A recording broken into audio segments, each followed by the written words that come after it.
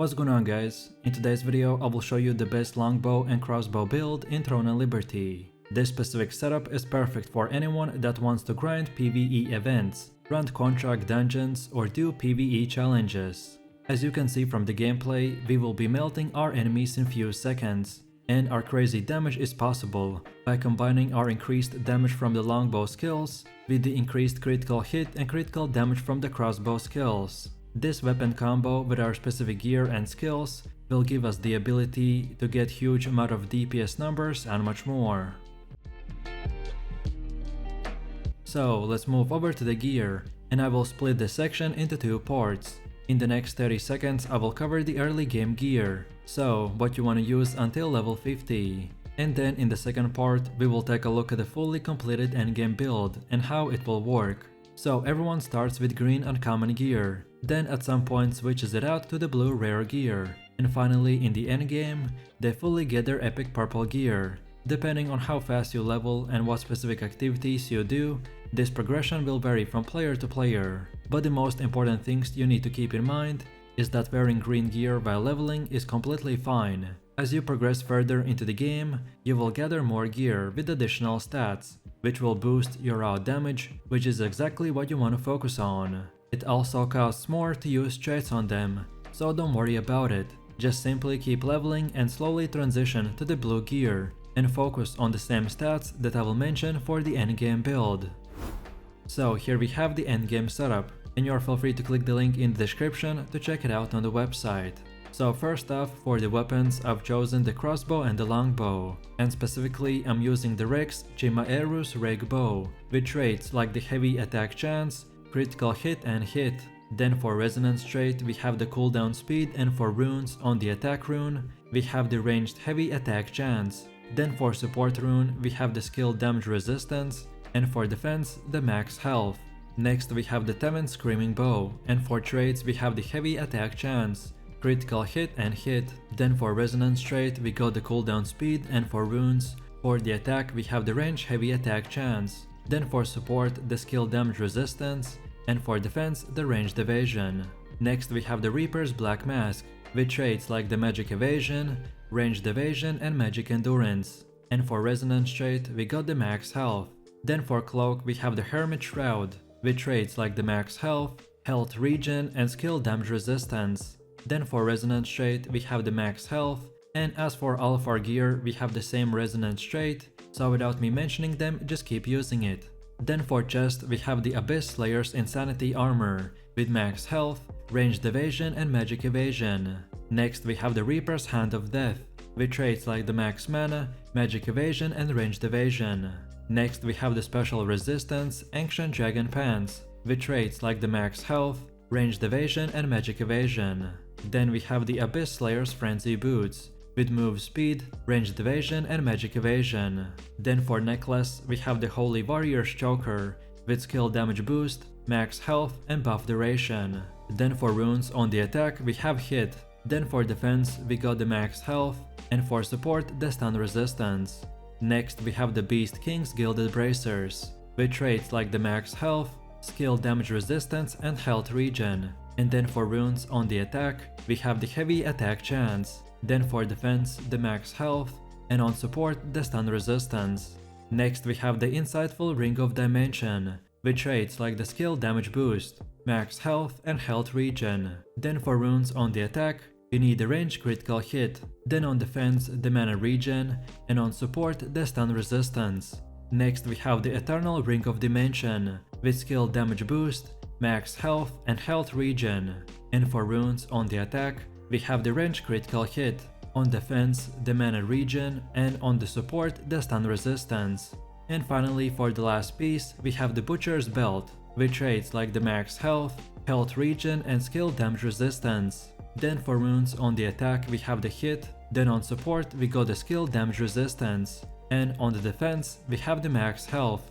Next up we have our stats, and as you can see here the white numbers are the ones that we start from the beginning with, then the blue numbers are the ones I've allocated manually, and then the green points are the ones we got from our gear. Overall we have 49 stat points to distribute however we want, and gear gives additional stat points that you cannot change. It's free to reset the stat points at any time, so that you can respec whenever you need to. For our build, the main priority is dexterity and then the perception. So our first goal in the mid-game is to reach 60 dexterity. For PvE, we care mainly about increased critical hit, attack speed and maximum weapon damage. So place enough points to reach 60 dexterity as soon as you can. Then next we want to hit 40 perception. This grants us increased buff duration, which works on skills like the selfless diffusion and many more. Then for our third goal we want to get to 50 strength, for that 100 heavy attack chance bonus. And finally in the endgame, with purple gear and respecking, we want to reach 50 strength, 60 dexterity, 25 wisdom and 40 perception. Ideally with fully maxed gear we would reach 30 wisdom to get that little extra bonus, but that is up to you. The main stat is dexterity, with strength and perception being the second best choices. Then we have our skills, and for defense, we want to get the Rupturing Parry. And then for the rest of our active skills, we have the Quick Fire, Mortal Mark, Merciless Barrage, Ensnaring Arrow, Zephyr's Snack, Nature's Blessing, Mother Nature Protest, Selfless Diffusion, Blitz, Decisive Sniping, Deadly Marker and Strafing. And then on the other hand, for passive skills, we have selected the Eagle Vision, Piercing Strike, Ambidexterity, Devoted Shield, Sniper's Sense, Roxy's Arrowhead, Rapid Fire Stance and Steady Aim. Next up, we will quickly look into the skill priority, and we want to use the quality and rare marine ore to craft quality and rare passive and active skill growth books. I recommend to prioritize getting all of these skills to blue first, before getting them to purple. And then for the rest of your skills, they're not as important, so just upgrade them as you progress through the game.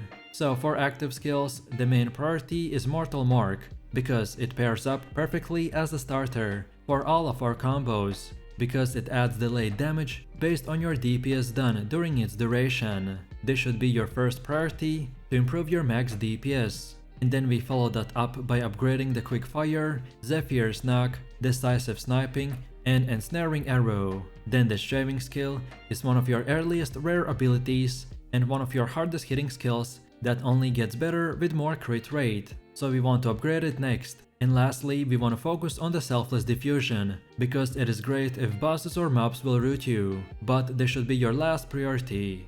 Next we have our skill specialization.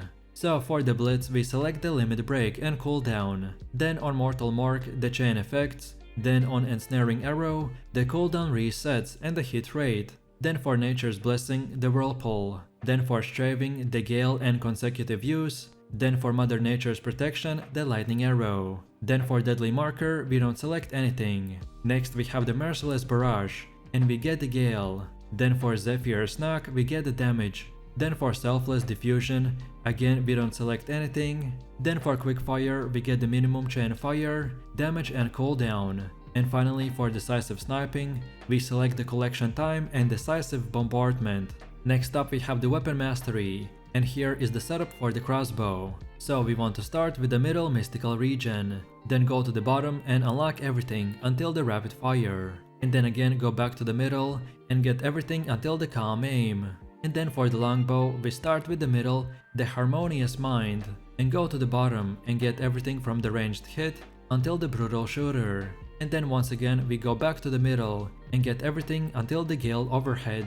And now for the last and final build part we have the Guardians. These are your special transformations that add offensive or defensive buffs or even special attacks to your character for 30 seconds. And the best two choices is the Lady Knight Camarcia. This Guardian lowers your cooldowns while also giving you a damage shield equal to 50% of your maximum mana. This is a strong defensive Guardian whenever you're struggling to survive. Or perhaps the other option is the Shade Remnant Steno. This Guardian launches projectiles every second that can crit and heavy attack.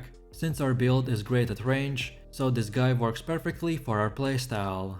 And now finally we have come to the gameplay part. So at the beginning of every fight, if you can, we want to be as stationary as possible to make use of our passive Rapid Fire Stance, which will increase our damage when standing still. But then besides that, we start the rotation with the Deadly Marker to improve your critical hit rate on the target before applying the Mortal Mark for delayed damage based on the damage you've done next. Then we use the Mother Nature's Protest to increase your offhand attack chance and boost the damage of our Merciless Barrage. Then afterwards we use the Blitz to restart the cooldown on the Deadly Marker, before using the Merciless Barrage again as a filler damage. And then we finish it off with the Ensnaring Arrow, Decisive Sniping and the Zephyr's Knock. And then from here we just rinse and repeat. And lastly, for the few final notes, make sure that you call out whenever you use the Nature's Blessing skill, so that the staff users in your group can use the Inner Peace and refill their entire mana in just a single second. And don't forget that the Selfless Diffusion is your main defensive ability that should be used when bosses or mobs root you in order to avoid the follow-up damage, and that's about it. So if you enjoyed this video, click like, subscribe and comment. And if you're interested in more content, then check out my channel. And I will see you in the next one. So take it easy, peace.